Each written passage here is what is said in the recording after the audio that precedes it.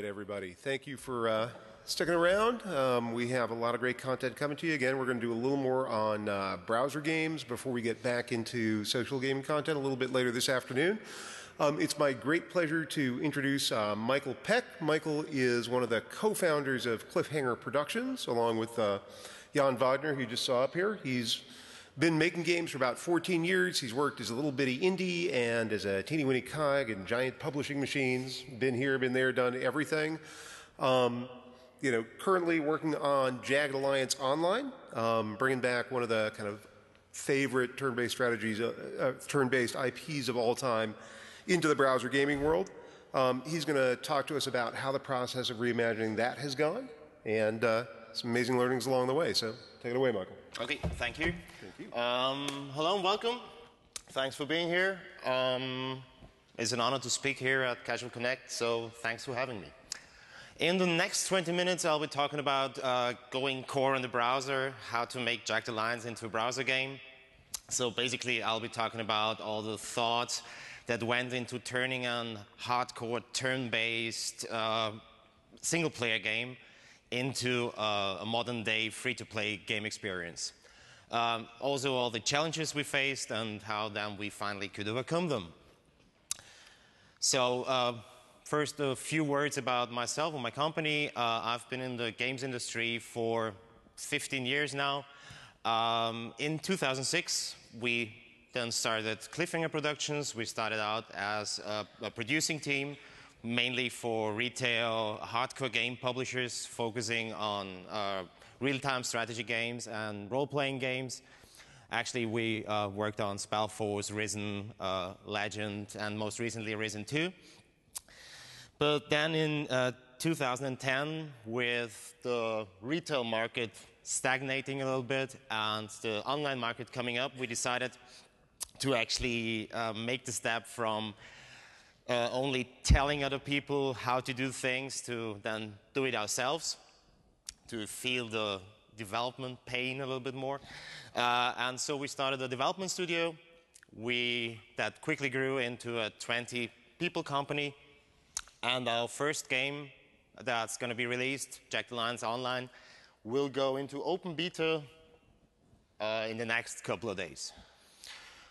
All right. So for all of those who don't know Jagged Alliance, maybe you're too young to still know the game, or too old so you're already forgotten. It's a hardcore turn-based tactical strategy game in which you manage and fight with a group of mercenaries throughout a storyline. The first game of the series was released in 1994. And the more popular installation was Jagged Alliance 2 in 1999. Both were developed by Canadian developer Surtech. And the interesting thing about this license is that it has still a very active fan base. The source code was released to the fans a couple of years ago, and there are still people actively changing the code, adding features, and still playing that now 13-year-old game. So we were in a very special position when we started the whole thing. What did we end up with? Complete 3D, state-of-the-art graphics, normal map, a real-time shadow game with over 100 PvE missions with a PvP mode and the management or browser game style management layer. It took us 14 months to develop it. So the first 3 months were pre-production with only a few people, then 8 months of production. And for the last 3 months, we've been in beta post-production. And so just so we know what I'm talking about, I'll show you a few seconds of gameplay from our last year's Gamescom trailer. Oh, sorry, no, that was not what I wanted. So here we go.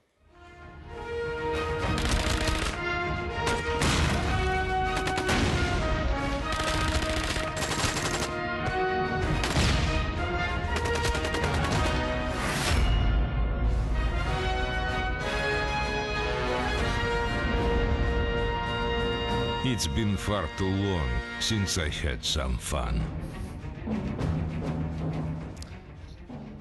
Okay, so yeah, you saw it for 3D, and we had to go through a lot of pain until we had some fun, but there we were. Okay, at first, the first question we had was what people would actually play such a game in a free-to-play environment. So we identified then 4 groups. The first were the hardcore fans. Those I was talking about before, these people who still play the 13-year-old game, they were one of them. The second group was people who loved the game back in the days, but have stopped playing, or because we heard it on the panel before, many people who were core gamers in their 20s or in their teens now have a job, have a family, so they have less time, but they would still like to play real games or core games that they loved. So that was another group. Then there's browser game and Facebook game players who might want to go into a little more a core gaming experience. And of course, the fourth group were core gamers who usually play retail games, who could also play free-to-play games. So we asked ourselves, okay, how could we reach them? What do we need to do to actually have them like the game? The easiest group to actually get that information from were those hardcore fans, because we could actually ask them. They were just on one forum. And so we asked them, okay, what does Jagged Alliance mean to you? And the number one answer was turn-based combat. So we knew, okay, that's exactly what we have to do. Fortunately, that also helped us technically, because being a server-client thing, round-based makes it a lot more easier than real-time. And the number two was that they liked the atmosphere and the story and all of these things. So we said, okay, these guys are really single-player gamers, so we need to have a large PvE part as well. For the second group, it was also quite easy to find out what they want, because we are that group. I've been a hardcore player myself 10 years ago. Now I don't have so much time, so what do I want? I want short sessions. I want to play it on whatever hardware I have at home, so I don't want to buy the latest computer for it.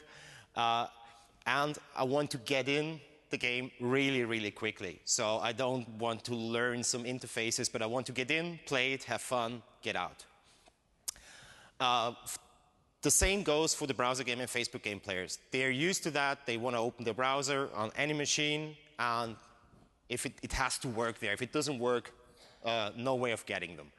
We call these two groups, we call the mid-core gamer. So it's between core gamer and the casual gamer. And that's one of the focus groups we'd like to reach with the game. And for the core gamer, we knew, okay, they're used to AAA console titles, so it needs to look good. If we just have a mediocre-looking game, the core gamer will immediately go, no, that's not good enough for me. So we needed to make it look good. So one of the problems was that on one hand, we needed to make it run on basically every hardware that's out there, so from netbooks to all the small things, but also then look good for the core audience. And that was a stretch. That was one of the biggest challenges throughout the whole development. Okay, so one of the first questions we had, or decisions we had to make, was the technology. What are we going to use? We then had 2 technologies that we evaluated. That was, first was Flash. On the plus side, the original game was 2D, so those hardcore fans would definitely accept it if it was just 2D. It has a huge install base, easy access, so if somebody starts it in his browser, it's very likely that he has Flash installed and it's going to work. The problems were that realistic, I mean, it's not really realistic, but you know what I mean, graphic style with a lot of animations and a lot of different environments would make a huge download, because everything in 2D, pre-rendered, has to be downloaded. It would have that old school look, so we might lose the core gamers. And a big one was that our team wasn't experienced in doing Flash and doing pre-rendered things, but most of our team comes from the retail business, so we had experience mostly in real-time 3D, and so that was a minus for us. For Unity, We had that next-gen browser game feeling because it looked like a video game quality-wise. We had those tools the teams is experienced in. But of course, we had that mediocre spread of the technology. Many people have to install a plugin to actually play that. And also the hardware requirements, of course, much higher than for Flash. But in the end, we decided to go with Unity because of two main reasons. The first being that the team was experienced in, and the second one were the tools. As I said before, we knew that we had to do a lot of PvE content, so we had to build a lot of levels. And to actually do that, we need a great editor. We need a good editing tool. And with Unity, we got that out of the box. Plus, Unity is also available for mobile platforms, so for the iPad and Android platforms.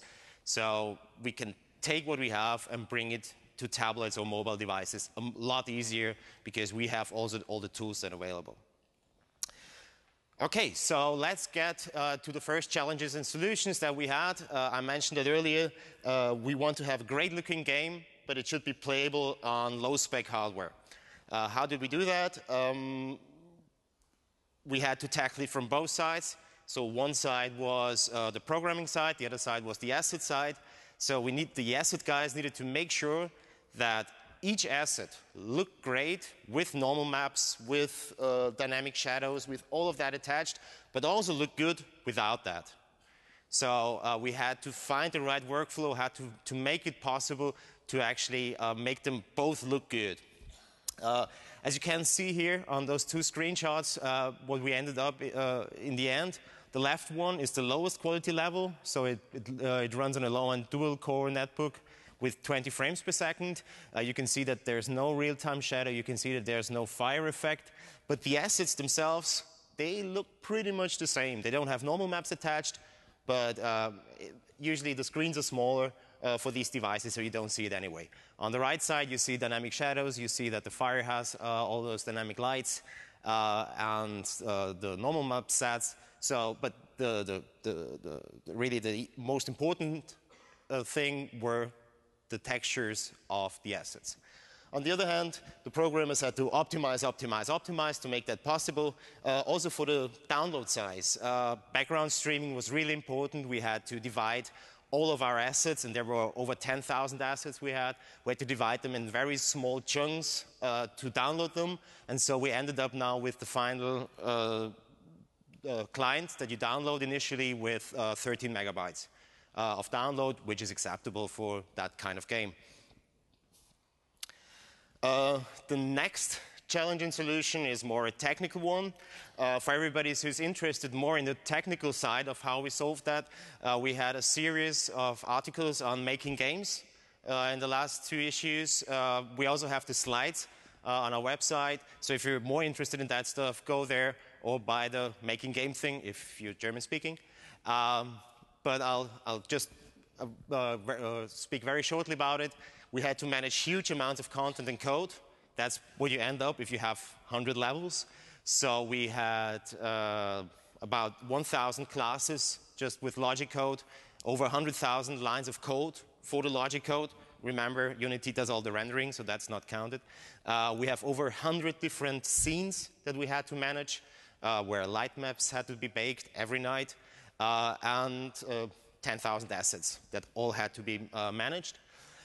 And at some point in the project, it took one team member just to open up the Unity editor more than an hour in the morning. So when they came in, they started the Unity thing, then it took 1 hour to actually load the program, and there were a lot of coffees that the people could have before they could actually start working.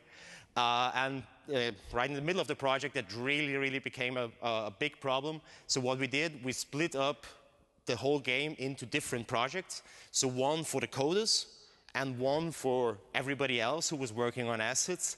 And even those we split up in a couple of sub-projects. And by doing that, just the time that the unit takes to open in the morning was reduced to like 10 minutes, so to an acceptable value.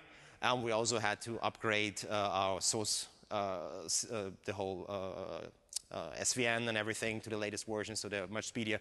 But that was really a problem. So if you have such a game, be prepared for large amounts of data.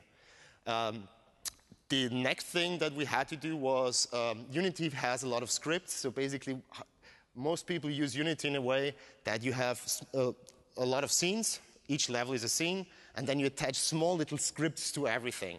The problem is that you can't maintain that if you have over 100 levels, because every time you fix a bug here, you have to fix the same bug in like 70 other scenes as well. So what we did, we didn't use any scripts at all, just for triggers. Everything else is used by C# code that is used both on the server and on the client.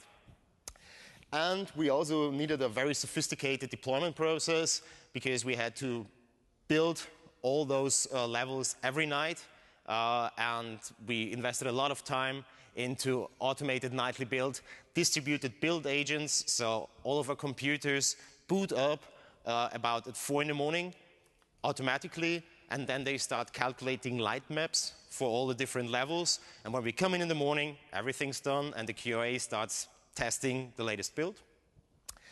And the next technical thing was we needed to build a really solid code base in a very short time.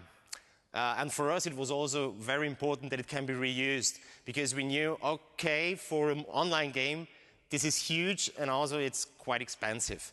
So we want to reuse the code that we're doing. What we're then also now doing for Shadowrun Online, you saw screenshots before on the panel. We're using about 60% of the Jagged Alliance code can be reused. But for doing that, we only had about a year of development, which is quite short for a client-style game. We had to set up very sophisticated testing processes.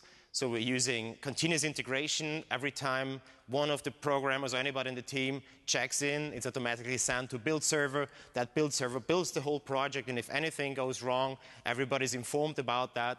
So our goal was to have a stable game every night, and we were successful in that. We also had unit testing, which is also not very common in web programming or browser games. So basically, the code tests itself. And that was also very important in building a reusable and solid code base. We used a lot of refactoring.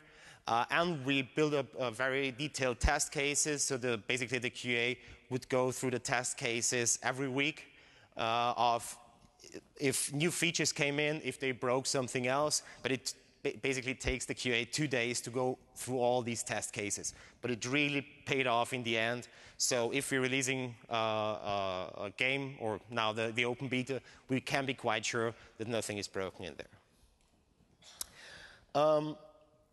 The next challenge was we needed to build it really quickly, and we wanted to have something ready. So we started last March, we started the production, and we wanted to have something visible and playable for E3, which was in June. So we had to be really quick. How can we do that? We did a really detailed modular game design up front. By modular, I mean we could take out and put in things at any time we wanted, and it wouldn't break the whole game. The other thing was to use middleware to jumpstart development. We used Unity, of course, so that already helped a lot. We had the level editing tools. But then also we used an AI middleware, and we used the middleware for all the basic communication between client and server. So we had our first really playable level ready then in May, and we could present it at E3, so that was a success. But it was only possible because we used that middleware. And the last thing was we had invested a lot into tools in the beginning, especially on the interface side. So here you see a screenshot with a lot of menus open. So we have very detailed menus, very small little things where you can drag and drop and all of that. We knew that we had to go through many iterations until this is even acceptable. So right now, when we're going into open beta, it's okay, but we're far from really optimized. That will still be a process or will be ongoing for that. But to actually do that, we needed very sophisticated tools. We made for our interface designers a visual editor within Unity, so he could make with layers and the usual way that interface designers are used to work. And we also invested a lot into data editor because we have, I don't know, 300 weapons, 200 armor pieces, loot, and they all have to be balanced. So it's huge amounts of data to balance. And we could only do that by having sophisticated editing programs that helped us in making that possible with that short time frame. Design-wise, we already talked a little bit about that in the last panel. So what are the big challenges for games like that? For us, it was if we want to please both the hardcore gamers and the new gamers, we knew we needed to have short time or short missions, so people could come in. We needed a lot of rewards, so even if people come in for a very short time, they're rewarded, they go out happy. And also because we had a lot of people just who were used to single-player game, we had to start it off with a PvE experience, so build up the single-player thing, and then slowly move him over into a multiplayer experience. And of course, like I said, the focus on the interface design and the accessibility. Actually, our schedule looked like that we planned in to make the whole interface 3 times, so complete interface. So the interface was planned for, like, I think 3 months, then it would have been done, but then we said, no, we will have at least 2 full another iterations until it's at the level where we're here. And the last thing, also one thing that was a lot discussed in the last panel, how to manage the expectations or even satisfy the expectations of fans. And the key was here to communicate with them very early, to go out and say, okay, this is what we want to do, and this is why we want to do it, and start a dialogue with them. And suddenly, at first, they were like Jan said before, oh my God, you're going to make Jack the Lion's Will, and it's going to be a Facebook game, and you will only be able to click on things, and that's going to be it. And then we said, no, it's going to be like this, it's going to look like that, but we'll have to change this, we can't have that, and this is why. And they accepted it, and at some point they even helped us and got new ideas on, and really then started to support us. But that was really a process that has to be actively pushed. And the last thing was we did then more focus group testing instead of A/B testing, because you have then a very active community, and people would actually then, if it's really something that's central, they would start discussing it. So we rather did focus group testing internally with people that already knew the license instead of really A/B testing out there. Okay, so in summary, what did we learn? We have to look good, but run on low-spec hardware. I explained how we did that, optimize on both ends. We really had to include the fans in the development process. This was crucial to get the early adopters, to get the opinion leaders on our side. Then invest in tools to be data-driven. Tools, tools, tools. That's the most important thing if you want to develop such a big game. And focus on accessibility, easy deployment, and testing processes. Basically everything you need to make a larger software project work. Thank you for your attention, and if there's any questions, please.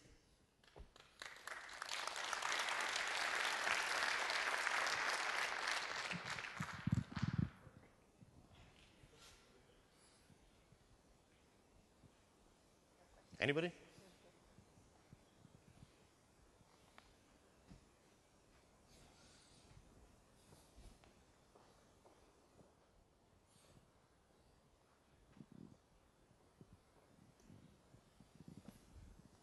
So, you've talked a lot about sort of some of the more heavyweight, technical and development processes that you put in place and the kind of strength that they brought to the project and your ability to iterate. One of the things that I've always struggled with personally in projects is figuring out how to sort of coordinate that infrastructure build with this sort of wild, woolly pre-production, guess your way through what you're building process. I'm wondering, did you guys have any trouble harmonizing those cultures, those processes? At what point did you sort of start bringing the larger, more heavyweight pieces into the project? Yeah, we had quite a long pre-production, so we had, but there were only a few people working, so there were just 2 programmers and 1 designer.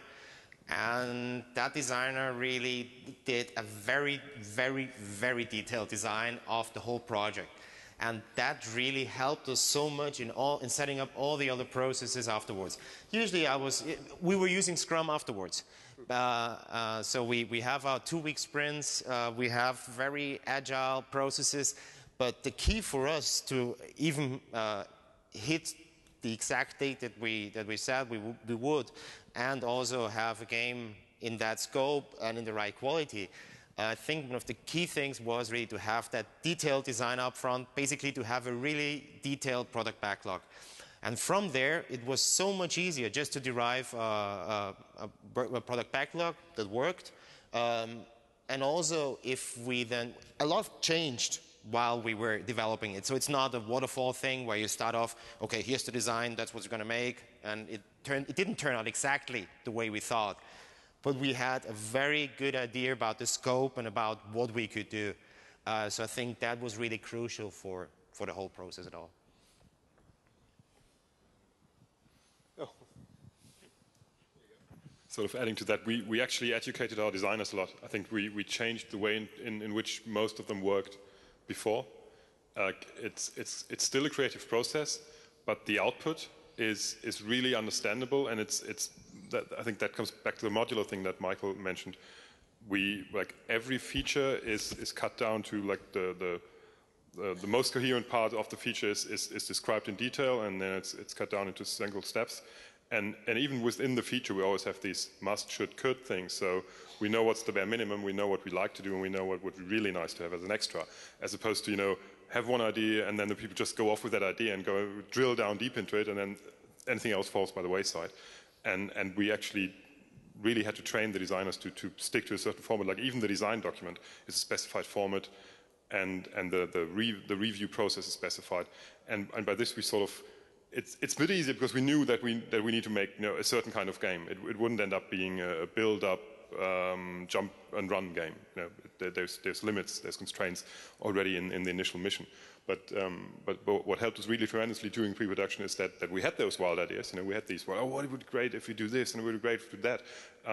But whatever idea you had to bring it into this sort of coherent format. And once you do that, actually, it pretty much becomes more calculable. We can actually say, okay, it's going to take us this long, it's going to take us this long. And then we have a long list of things that we know is going to take us about that time.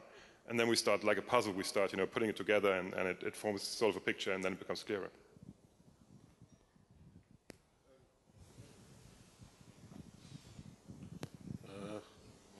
Thank you. You said that you used a lot of middleware and third-party SDKs or for AI, etc.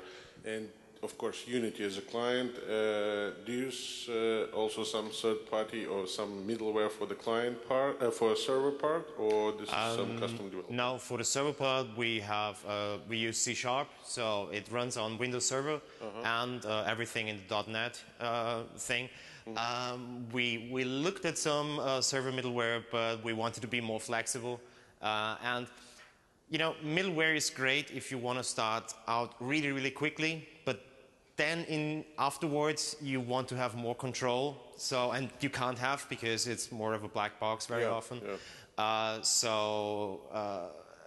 I think over the server, that's the most important part. That if that thing crashes, you have to get up at Saturday night at 2 in the morning. So you want that, you really have control over that.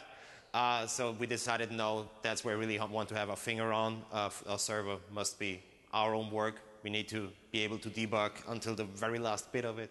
And so we decided not to have a middleware there.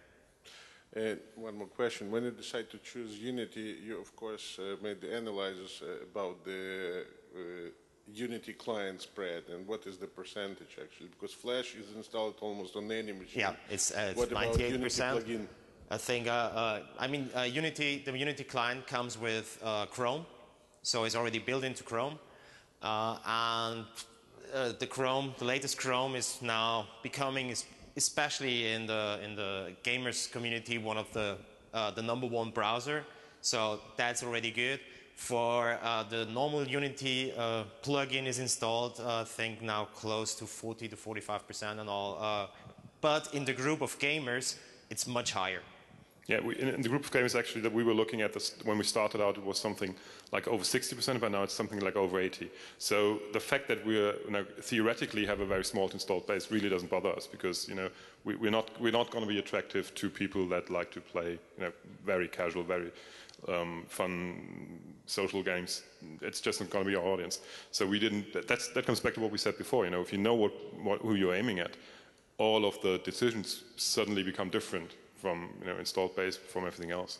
Also from the client size. I mean, these people don't mind. Like 13 MB is not a big client, but these people wouldn't mind so much waiting a bit more, because they're downloading gigabytes every day, so they don't care. All right. Okay. Yeah. Then thanks again.